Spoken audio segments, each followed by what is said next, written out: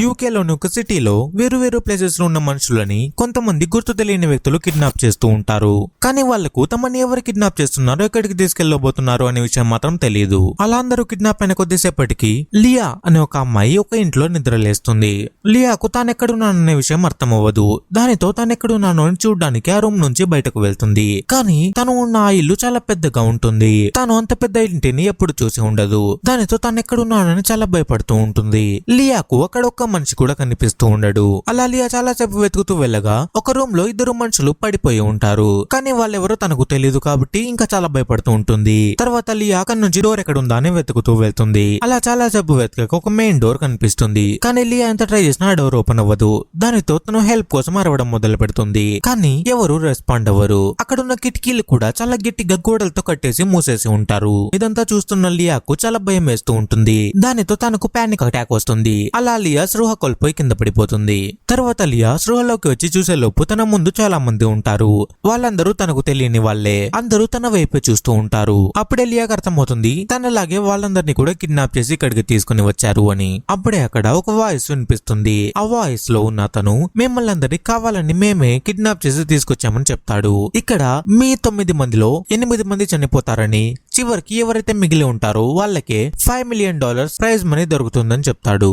అదంతా వింటూ ఉన్న వాళ్లకు చాలా భయం వేస్తూ ఉంటుంది. అలాగే ఆ వాయిస్ మీరు మిమ్మల్ని చూసే నన్ను ఎంటర్టైన్ చేయాలని, మీలో ఎవరైతే మిగులుతారో అతనికి ప్రైజ్ మనీ ఇస్తామని చెప్తాడు. అదే టైంలో కిడ్నాప్ అయిన వాళ్ళలో ఒకడైన జే తన దగ్గర ఉన్న గన్ ని బయటకు తీస్తాడు. ఆ గన్ ని చూడగానే అందరూ భయపడతారు. అప్పుడు జే తాను ఒక పోలీస్ అని, కానీ తనని కిడ్నాప్ చేసి తీసుకొచ్చిన వాళ్ళు తన దగ్గర గన్ ఉన్నా కూడా ఎందుకు వదిలేశారో అర్థం కావడం లేదని చెప్తాడు. అది విన్నాక అక్కడున్న వాళ్ళందరూ ఇలా ఒకరి దగ్గర గన్ ని పెట్టి ఒకరే బ్రతకాలని చెప్పడం కరెక్ట్ కాదని అనుకుంటూ ఉంటారు. అలా కిడ్నాప్ అయిన వాళ్ళలోనే ఆల్బీ అనే ఒక నల్ల జాతి అతను ఉంటాడు. అతను ఇక్కడున్న తెల్ల వాళ్ళందరూ తనని వేరుగా చూస్తారేమో అని భయపడుతూ ఉంటాడు. కానీ జే మాత్రం తాను ఆ గంత ఎవరిని షూట్ చేయడని, మనమందరం కలిసి ఇక్కడ నుంచి తప్పించుకోవడమే మంచిదని చెప్తాడు.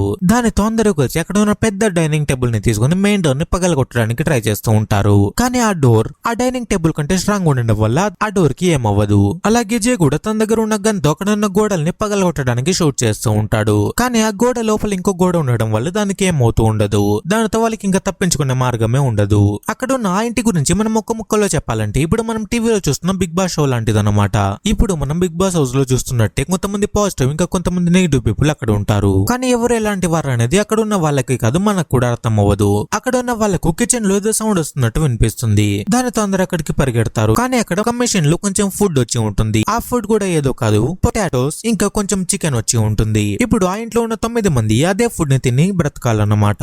అలా ఆ ఫుడ్ ని అక్కడున్న ఒక చర్చ్ ఫాదర్ మిగిలిన వాళ్ళందరికీ పంచుతాడు. అప్పుడు అక్కడున్న వాళ్ళందరూ ఒకరి గురించి ఒకరు పరిచయం చేసుకుంటారు.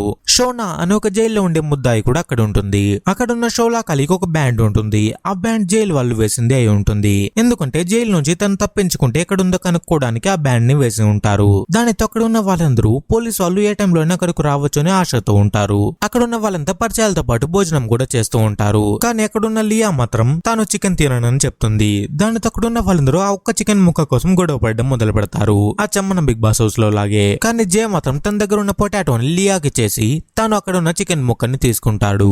అలా ప్రాబ్లం ని సాల్వ్ చేస్తాడు. అలా తినేసాక అక్కడున్న 5 రూముల్లో ఎవరెక్కడ పడుకోవాలి అని డిసైడ్ చేసుకుంటారు. అలా ఒక్కో రూమ్ లో పడుకున్న అందరూ ఎవరి మాటల్లో వాళ్ళు ఉంటారు.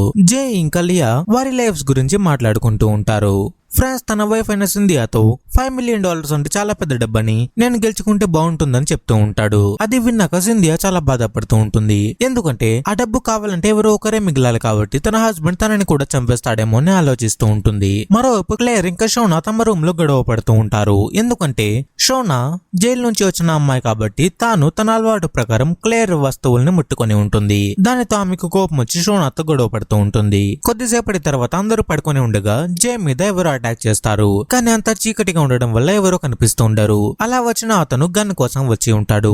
జే నుంచి గన్ తీసుకోవడానికి ట్రై చేస్తాడు. కానీ జే తెలివిగా అతని నుంచి తన గన్ ని లాక్కుని అతని మీద అటాక్ చేయడానికి ట్రై చేస్తాడు. కానీ అతను చీకటి ఉండడం వల్ల పారిపోతాడు.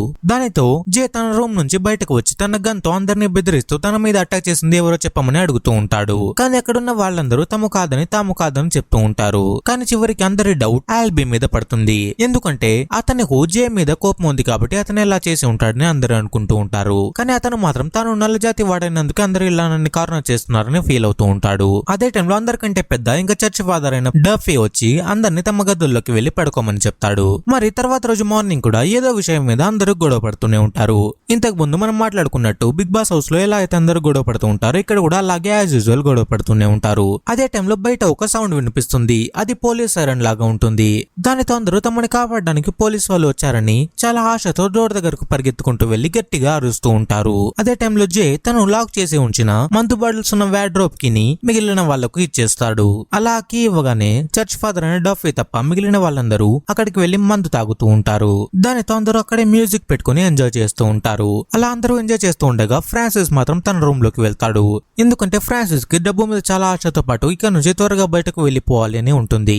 తాను బయటకు వెళ్లాలంటే అందరిని చంపాలి కాబట్టి అలా ఫ్రాన్సిస్ తన వాష్రూమ్ లోకి వెళ్లి అక్కడ తాను తాగిన మందు బాటిల్ ని ఒక క్లాత్ లో పెట్టి పగలు కొడతాడు. అలా ఆ బాటిల్ నుంచి వచ్చిన షార్ప్ ముక్కల్ని తీసుకుని తన రూమ్ లో దాచుకుంటూ ఉంటాడు. మిగిలిన ముక్కలని ఫ్రాన్సిస్ తన వాష్రూమ్ లోని ఫ్లాష్ బాక్స్ లో దాచిపెట్టుకుంటాడు. అలా ఫ్రాన్సిస్ అవన్నీ దాచిపెట్టుకుని బయటకు వచ్చేసరికి అందరూ డాన్స్ చేసి అలసిపోయి లోపలికి వెళ్లి పడుకుని ఉంటారు. ఆల్బీ ఇంకా ఫ్రాన్సిస్ వైఫ్ అయిన సింధియా మాత్రం డాన్స్ చేస్తూ ఉంటారు. వాళ్ళని చూసి ఫ్రాన్సిస్ కి చాలా కోపం వస్తుంది. తన వైఫ్ తో తప్పుగా బిహేవ్ చేశాడని ఆల్బీతో గొడవ పడ్డం మొదలు పెడతాడు. ఆ గొడవలో ఫ్రాన్సిస్ తన వైఫ్ ని కిందకు తోసేస్తాడు. సింధియాకు దెబ్బ తగలడంతో ఆమె చనిపోతుంది. అది చూసిన ఆల్బీ ఇదంతా తన వల్లేని ఫ్రాన్సిస్ కి సారీ చెప్తూ ఉంటాడు. అదే టైంలో జే వాళ్ళంతా అక్కడికి వస్తారు. జే ఇదంతా ఆల్బీ వల్లే జరిగింది అనుకుని అతన్ని తీసుకుని వెళ్లి ఒక రూమ్ లో వేసి డోర్ ని లాక్ చేసేస్తాడు. తర్వాత వాళ్ళందరూ సింధియా బాడీ మీద క్లాత్ వేసేసి ఆ బిల్డింగ్ లో ఉన్న ఒక ప్లేస్ లో దాచేస్తారు. తర్వాత అందరికి ఫుడ్ వస్తుంది. కానీ ఈసారి ఫుడ్ చాలా తక్కువ వచ్చి ఉంటుంది. కానీ అందరూ అడ్జస్ట్ చేసుకుని అలాగే తింటూ ఉంటారు. కానీ రూమ్ లో ఉన్న ఆల్బీ మొత్తం తన వాట తనకి ఇవ్వడం లేదని గట్టిగా అరుస్తూ ఉంటాడు. దానితో జే తన గన్ తీసుకుని వెళ్లి ఆల్బీకి తన వాటా ఫుడ్ ని ఇచ్చేస్తాడు. కానీ అది కొంచెం తక్కువగా ఉండడం వల్ల ఆల్బీ తనని మోసం చేస్తారని అడుగుతూ ఉంటాడు. దానితో చర్చ్ ఫాదర్ అనే డాఫీ ఇంకొంచెం ఫుడ్ తీసుకుని ఆల్బీకి ఇవ్వడానికి వెళ్తూ ఉంటాడు. కానీ ఆ లోపే డాఫీ ఆ రూమ్ డోర్ ని ఓపెన్ చేస్తాడు. ఆల్బీకి జే తనకు ఫుడ్ ఇవ్వద్దు అని అంటున్నాడు అని మాటలు వినిపించి అతని మీద కోపంతో బయటకు వచ్చి జేని కొట్టడం మొదలు పెడతాడు. దానితో జేకి చాలా రకం వచ్చి ఉంటుంది. అప్పుడే ఆల్బీ తాను కోపంలో ఎంత పెద్ద తప్పు చేశానో తెలుసుకొని మళ్ళీ తనకేం తెలియనట్టు అమాయకుడిలాగా తన రూమ్ లోకి వెళ్లిపోతాడు. మరోవైపు కింద పడి ఉన్న జే తాను చనిపోతూ ఆ గన్ని చర్చ్ ఫాదర్ అనే డాఫీకి చేసి చనిపోతాడు. దానితో ఇద్దరు చనిపోయారని అందరూ బాధపడుతూ ఉంటారు. అదే టైంలో ఇంకోసారి ఫుడ్ వస్తుంది. కానీ ఈసారి చాలా ఎక్కువ వచ్చి ఉంటుంది. ఈసారి ఫుడ్ ఇంకా మందుతో పాటు ఒక లెటర్ కూడా వచ్చి ఉంటుంది. అందులో గ్రేట్ వర్క్ అని ఉంటుంది. అప్పుడే మనకు అర్థమవుతుంది మనకు ఇక్కడ బిగ్ బాస్ ఎలా ఉంటాడో అక్కడ ఒక సైకో ఉన్నాడు అని. అతను అందరూ చంపుకుంటూ ఉంటే చాలా హ్యాపీగా ఫీల్ అవుతూ ఉంటాడని. కానీ ఇక్కడ మనం తెలుసుకోవాల్సిన విషయం ఏంటంటే అక్కడ ఉన్న వాళ్ళందరూ ఇద్దరు మనుషులు చనిపోయారనే బాధ నుంచి వెంటనే బయటకు వచ్చేసి ఎక్కువ ఫుడ్ వచ్చిందని చాలా హ్యాపీగా ఫీల్ అవుతూ ఉంటారు. ఈసారి ఆల్బీకి ఫుడ్ ఇవ్వడానికి ఫ్రాన్సిస్ వెళ్తాడు.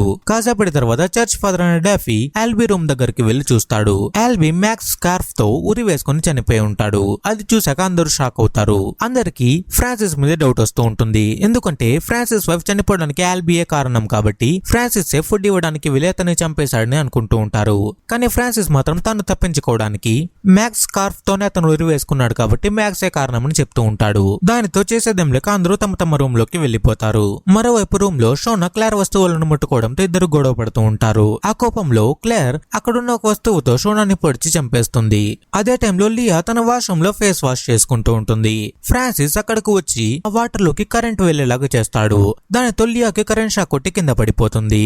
అప్పుడే చర్చ్ ఫాదర్ కి షోనా చనిపోయిందని తెలుస్తుంది. దాంతో క్లేర్ కి ఎలా జరిగిందని అడుగుతాడు. అప్పుడు క్లేర్ తానే కోపంలో చేశానని చెప్తుంది.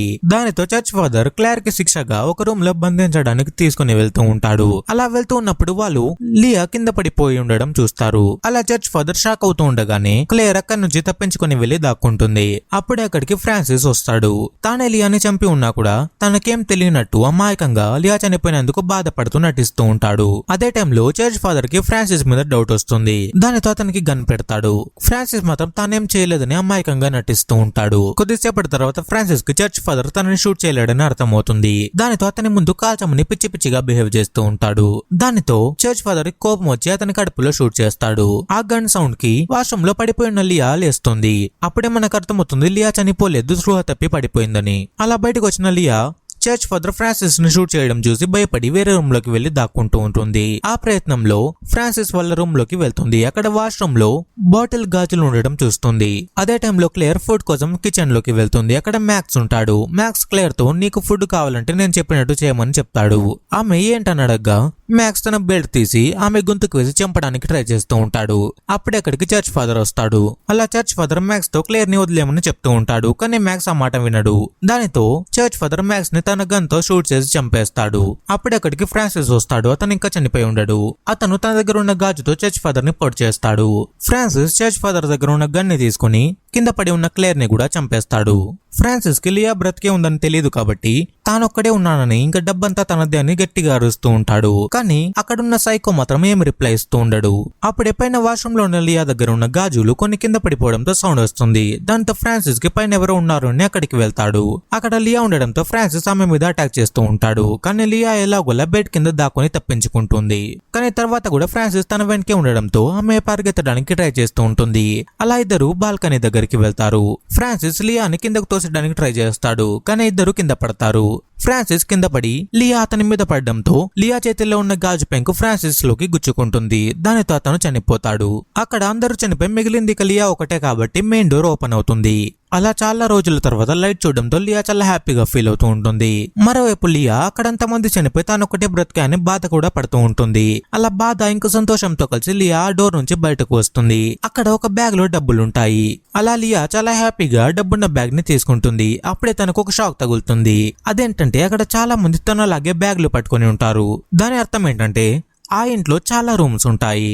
ఆ రూమ్స్ లో ఒక్కొక్క దాంట్లో 9 మందిని వేసి ఉంటారు. అలా అక్కడున్న వాళ్ళందరూ 9 మందిని చంపి బయటకు వచ్చిన వాళ్ళే అయి ఉంటారు. అంటే ఇప్పుడు లియా తను బయటకు వెళ్లాలంటే అక్కడున్న వాళ్ళందరితో కూడా ఫైట్ చేయాలని అర్థం. అలా ఈ సినిమా ఎండ్ అవుతుంది. ఈ వీడియో మీకు నచ్చి ఉంటే లైక్ చేయండి. ఛానల్ ని సబ్స్క్రైబ్ చేసి బెల్ ఐకాన్ క్లిక్ చేయడం మర్చిపోకండి. Thanks for watching.